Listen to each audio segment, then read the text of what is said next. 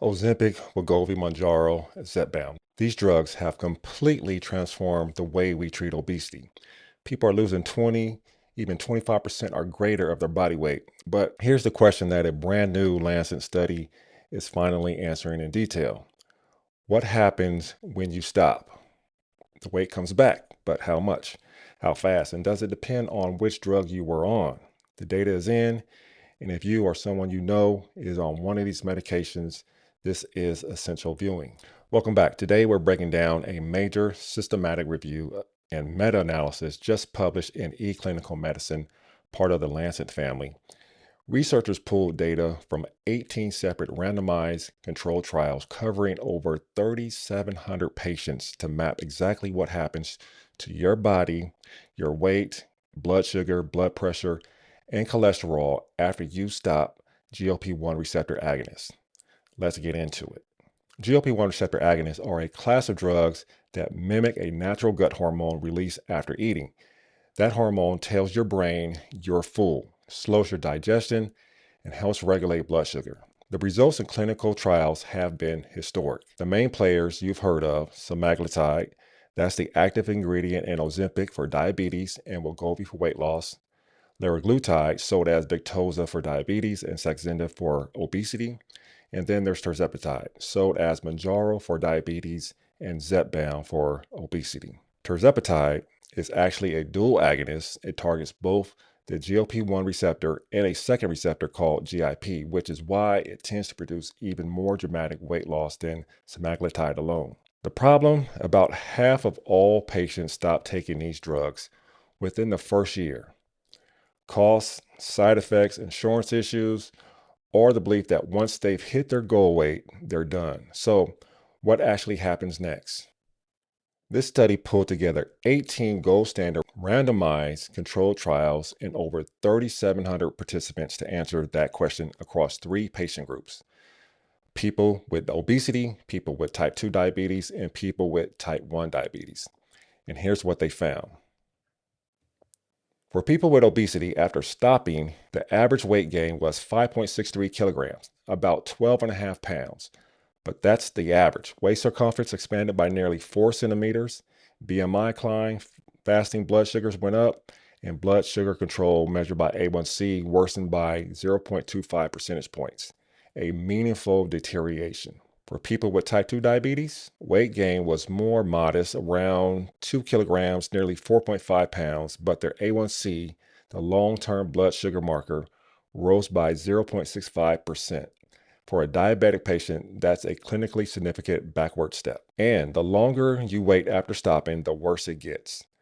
Patients followed for more than 26 weeks had regained an average of 7.31 kilograms, or a little over 16 pounds, compared to just 2.5 kilograms or 5.5 pounds after time points less than 26 weeks. The body doesn't plateau quickly, it keeps rebounding. Now let's look at a drug by drug breakdown. Here's where things get really interesting, because the Lancet study's subgroups analysis reveals that not all GLP-1 drugs are equal when it comes to stopping. Let's go through a few of them. Liraglutide, which is Saxenda and Victoza. This is the older, shorter acting drug in this class. When people stopped liraglutide, the average weight regain was 4.29 kilograms, or about 9.45 pounds. Waist circumferences increased by about 2.69 centimeters, and blood pressure systolic went up by just 1.56 millimeters of mercury, relatively modest numbers compared to what comes next. Semaglutide, which is Ozempic or Wegovy, is more potent and longer acting, and the rebound when stopping is substantially worse. Average weight regain was 8.21 kilograms, or about 18.1 pounds, nearly double liraglutide. That difference was statistically significant with a p-value of 0.008. Waist circumferences expanded by 3.8 centimeters, and systolic blood pressure jumped by over 7 millimeters of mercury, a cardiovascular change that matters. We also know from the Step 1 trial extension, one of the specific studies included in this analysis, that roughly 40% of weight loss during semaglutide treatment was regained within just 28 weeks of stopping. Why is semaglutide's rebound so much worse than liraglutide? Because it works so much better on treatment. Greater weight loss on the drug means more weight to regain when the drug is gone. The body's underlying hunger and metabolic signals reassert themselves, and they haven't been reprogrammed. They've just been suppressed. Now, Tirzepatide, which is Mounjaro or Zepbound, is the newest and arguably the most powerful drug in this class. And this is where the picture gets even more striking. The Lancet study itself only had about 2 randomized controlled trials specifically examining Tirzepatide discontinuation. So the meta-analysis flags that data as exploratory rather than definitive. But those 2 studies, combined with the landmark Surmount-4 trial, point a very consistent picture. Surmount-4 is the most detailed discontinuation trial we have for Tirzepatide. And here's what it found. Participants who had lost an average of 20.9% of their body weight during treatment and then stopped regained 14 percentage points of that loss within 52 weeks on placebo.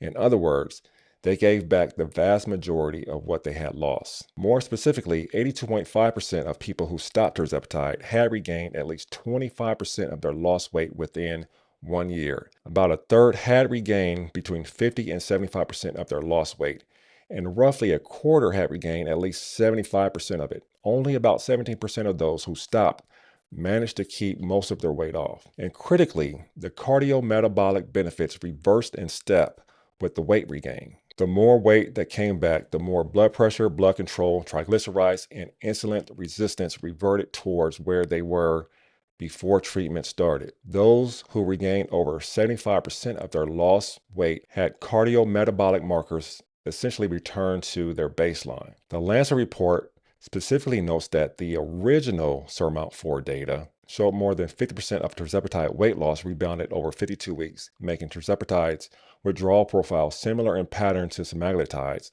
and possibly more dramatic given the higher peak losses involved. To put it simply, the better the drug works, the harder the fall when you stop it. So why does the body bounce back so aggressively?